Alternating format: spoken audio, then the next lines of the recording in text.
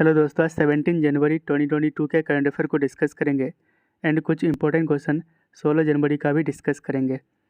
तो आज का पहला क्वेश्चन है, इंडिया ओपन 2021 में मेंस सिंगल टाइटल किसने जीता है? तो इसका सही ऑप्शन बी, लक्ष्य सेन ने। तो इंडिया ओपन 2021 जो कि एक बैडमिंटन इवेंट था और यह हुआ था न्यू दिल्ली में। इसमें मेंस सिंगल टाइटल यानी कि पुरुष एकल खिताब जीता है लक्ष्य सेन ने।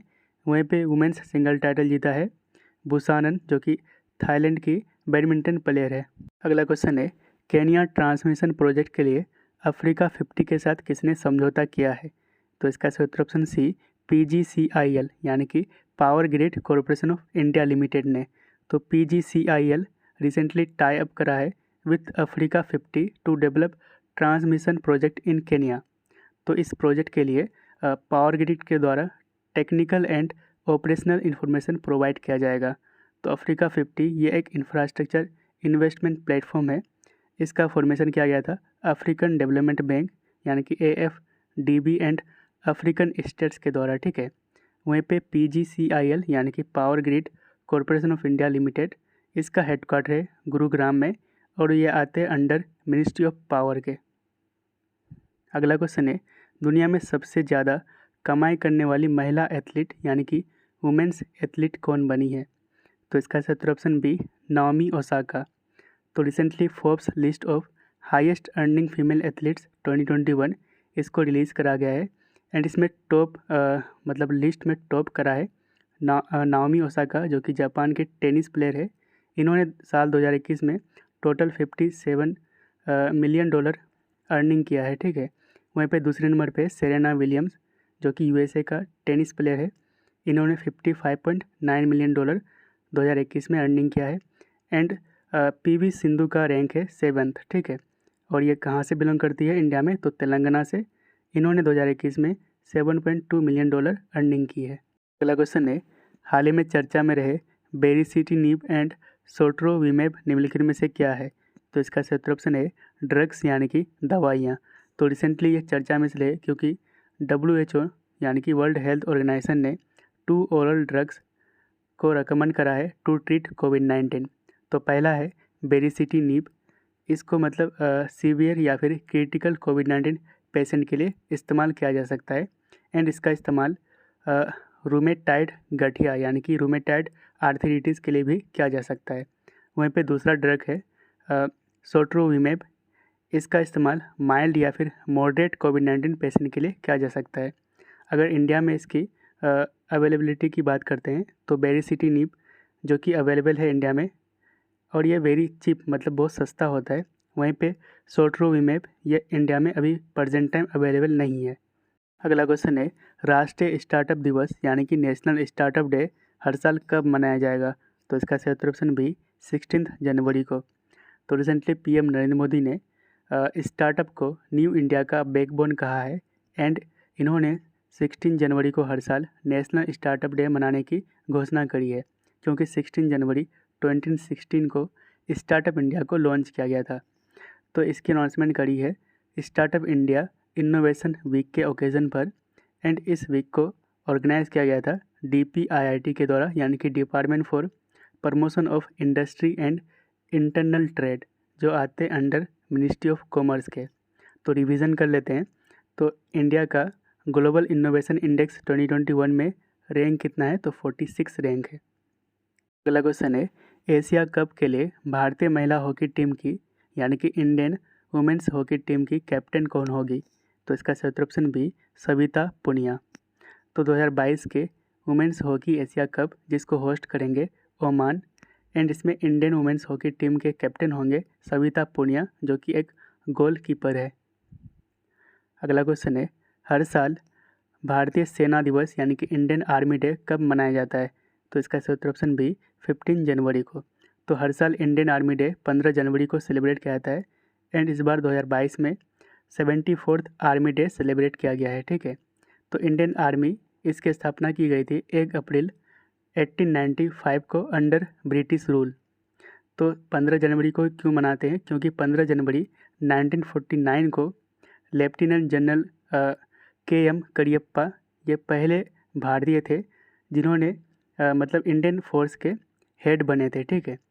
तो अगर इंडियन एयरफोर्स डे की बात करते हैं तो इसको हर साल 8 अक्टूबर को मनाया जाता है, एंड इंडियन नेवी डे हर साल 4 दिसंबर को सेलिब्रेट किया जाता है। अगला क्वेश्चन है, हाल ही में किस संस्थान ने भारतीय सेना की नई लड़ाकू वर्दी डिज़ाइन की है? Which institute has designed Indian आर्मीज new combat uniform? तो इसका सही ऑप्शन है NIFT, यानी कि national institute of fashion technology. तो ये जो न्यू यूनिफॉर्म है ये करीब 12 लाख इंडियन आर्मी के जवानों को उपलब्ध कराई जाएगी, एंड इसको डिज़ाइन करा है team of national institute of fashion technology, यानी कि NIFT, जो कि न्यू दिल्ली में स्थित है। तो इस यूनिफॉर्म्स के कुछ न्यू फीचर्स को जान लेते हैं। तो इस यूनिफॉर्म्स में कैमोफ्लेज पैटर्न का इस्तेमाल किया गया है, एंड इसमें डिजिटल पैटर्न इस्तेमाल किया गया है, जिसके कारण यूनिफॉर्म का कलर सराउंडिंग के कलर से मैच कर जाता है। तो आप इमेज में देख सकते हैं ये यूनिफॉर्म का कलर है, एंड ये बैकग्राउंड कलर है जो कि आपस में मैच कर जाता है, जिसके कारण आर्मी को थोड़ा स्पॉट करना या फिर उसको ढूंढना थोड़ा मुश्किल हो जाता है। तो इस यूनिफॉर्म में कौन सा मटेरियल यूज़ किया गया है? तो इसमें कॉटन एंड पॉलिस्टर को यूज़ किया गया है, जिसका रेशियो है 70/30, यानी कि 70% कॉटन एंड 30% पॉलिस्टर, जिसके कारण ये लाइट वेट यानी कि हल्का है, एंड इसको सुखाना मतलब जल्दी सूख जाता है, ठीक है।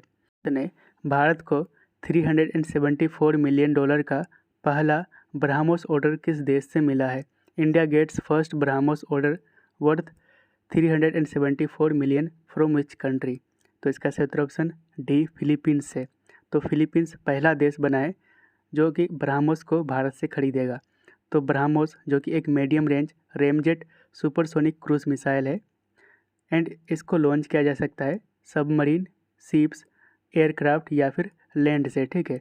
तो चारों मीडियम से मतलब इसको लॉन्च किया जा सकता है। तो ब्रह्मोस जो कि एक जॉइंट वेंचर है रसिया एंड इंडिया का, ठीक है। तो ये दोनों कंट्री का जॉइंट वेंचर है, याद रखेगा। तो रिवीजन कर लेते हैं। तो रिसेंटली राजनाथ सिंह ने ब्रह्मोस मिसाइल मैन्युफैक्चरिंग यूनिट का उद्घाटन करा था। कहाँ पे? तो लखनऊ में, उत्तर प्रदेश में, ठीक है। तो फिलीपींस आपको मैप यहाँ पे मिल जाएगा, जिसकी कैपिटल है मनीला, एंड यहाँ पे है साउथ चाइना सी। अगला क्वेश्चन है, अंडर 19 गर्ल्स सिंगल कैटेगरी में वर्ल्ड नंबर 1 बनने वाली पहली भारतीय खिलाड़ी कौन बनी? तो इसका सही ऑप्शन बी, तस्नीम मीर। तो तस्नीम मीर जो कि इंडियन बैडमिंटन प्लेयर है, एंड ये किस राज्य से हैं? तो गुजरात से। तो BWF जूनियर रैंकिंग अंडर 19 में, तो इसमें गर्ल्स सिंगल कैटेगरी में टॉप करा है तस्नीम मीर। तो BWF यानी कि बैडमिंटन वर्ल्ड फेडरेशन, जिसका हेडक्वार्टर है मलेशिया की राजधानी कोलालमपुर में। अगला क्वेश्चन है, 10वीं शताब्दी की बकरी की सिर वाली योगिनी पत्थर की मूर्ति किस देश से वापस लाई गई है? 10th century stone statue of goat head yogini has been brought back from which country? तो इसका सही ऑप्शन सी, यूनाइटेड किंगडम से। तो recently 10th century stone statue of goat head yogini, इसको किस देश से वापस लाई गई है? तो यूनाइटेड किंगडम से, एंड इस स्टेच्यू को मतलब चोरी कर लिया गया था from temple in Lokhari village, जो कि उत्तर प्रदेश में स्थित है, एंड रिसेंटली इसको उत्तर प्रदेश में यूनाइटेड किंगडम से वापस लाई गई है। अगला क्वेश्चन है, हिंदू फसल उत्सव पोंगल किस राज्य में शुरू हुआ है? तो इसका सही ऑप्शन बी, तमिलनाडु में, ठीक है। तो पोंगल जो कि एक हिंदू हार्वेस्ट फेस्टिवल है, इसको सेलिब्रेट किया जाता है तमिलनाडु में, एंड इसी फेस्टिवल के दौरान जल्लीकट्टू को परफॉर्म किया जाता है, जो कि एक स्पोर्ट्स है। अगला क्वेश्चन है, आइलैंड नेशन तोंगा जो कि हाल ही में चर्चा में था, ये किस ओशन में स्थित है? तो इसका सही ऑप्शन सी, पैसिफिक ओशन में, यानी कि प्रशांत महासागर में। तो ये भी चर्चा में इसलिए क्योंकि रिसेंटली यहाँ पे वोल्केनिक इरप्शन यानी कि ज्वालामुखी विस्फोट हुआ है, जिसके कारण आसपास के क्षेत्रों में सुनामी आने के डर के कारण अलर्ट जारी किया गया है, ठीक है। तो तोंगा आपको मैप में यहाँ पे मिल जाएगा, एंड इसकी कैपिटल है नुकू अलोफा, एंड यहाँ के प्रेसिडेंट है सलोसी सोबालेनी, ठीक है। क्वेश्चन है, हाल ही में किस क्रिकेटर को नाइटहुड टाइटल से सम्मानित किया गया है? तो इसका सही ऑप्शन बी, क्लाइव लॉयड। तो नाइटहुड ये एक टाइटल है जिसको कि ब्रिटिश किंग या फिर क्वीन के द्वारा दिया जाता है, एंड इसमें जिस व्यक्ति को ये मतलब टाइटल दिया जाता है वो अपने नाम के आगे सर लगा सकता है। तो इसमें सर क्लाइव लॉयड जो कि वेस्ट इंडीज़ के क्रिकेट प्लेयर है, इनको रिसेंटली नाइटहुड टाइटल से सम्मानित किया गया है। अगला क्वेश्चन है, कौन सा बैंक भारत में सबसे पसंदीदा यूपीआई लाभार्थी बैंक बन गया है? Which bank became most preferred UPI beneficiary bank in India? तो इसका सही option B, Paytm payment bank. तो Paytm payment bank limited became largest and fastest growing UPI beneficiary bank in India, ठीक है। एंड इन्होंने सिंगल मंथ में, मतलब एक ही मंथ में 960 मिलियन यूपीआई ट्रांजैक्शन को अचीव करा है, ठीक है। तो PPBL यानी कि पेटीएम पेमेंट बैंक लिमिटेड, इसका फॉर्मेशन हुआ था 2015 में, हेडक्वार्टर है नोएडा में। अगला क्वेश्चन है, हाल ही में किस मिनिस्ट्री ने रक्षा पेंशन शिकायत निवारण पोर्टल को लॉन्च किया है? तो इसका सही ऑप्शन है डिफेंस मिनिस्ट्री के द्वारा। तो रिसेंटली रक्षा पेंशन शिकायत निवारण पोर्टल, इसको लॉन्च किया है राजनाथ सिंह ने, जो कि अभी प्रेजेंट टाइम इंडिया के डिफेंस मिनिस्टर है।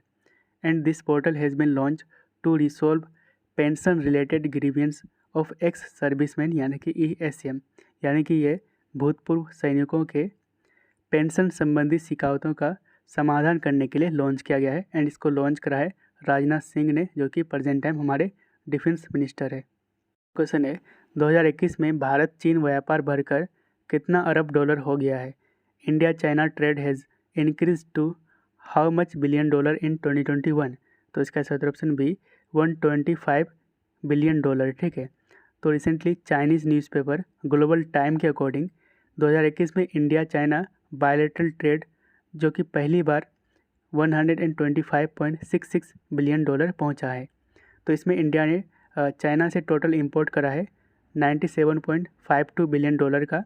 वहीं पे इंडिया ने चाइना को एक्सपोर्ट करा है, यानी कि निर्यात करा है कितने का? तो 28.14 बिलियन डॉलर का। तो ये ग्लोबल टाइम जो डाटा है उसके अकॉर्डिंग ये मतलब बायलैटरल ट्रेड को बताया गया है, ठीक है। अभी इंडिया का रिपोर्ट आना बाकी है, तो इसमें देखते हैं कितना है, ठीक है। अगला क्वेश्चन है, ढाका अंतर्राष्ट्रीय फिल्म महोत्सव का कौन सा संस्करण शुरू हुआ है? Which edition of Dhaka international film festival has begun? तो इसका सही ऑप्शन सी, 20वीं, ठीक है। तो recently 20th Dhaka international film festival ये शुरू हुआ है बांग्लादेश की राजधानी ढाका में।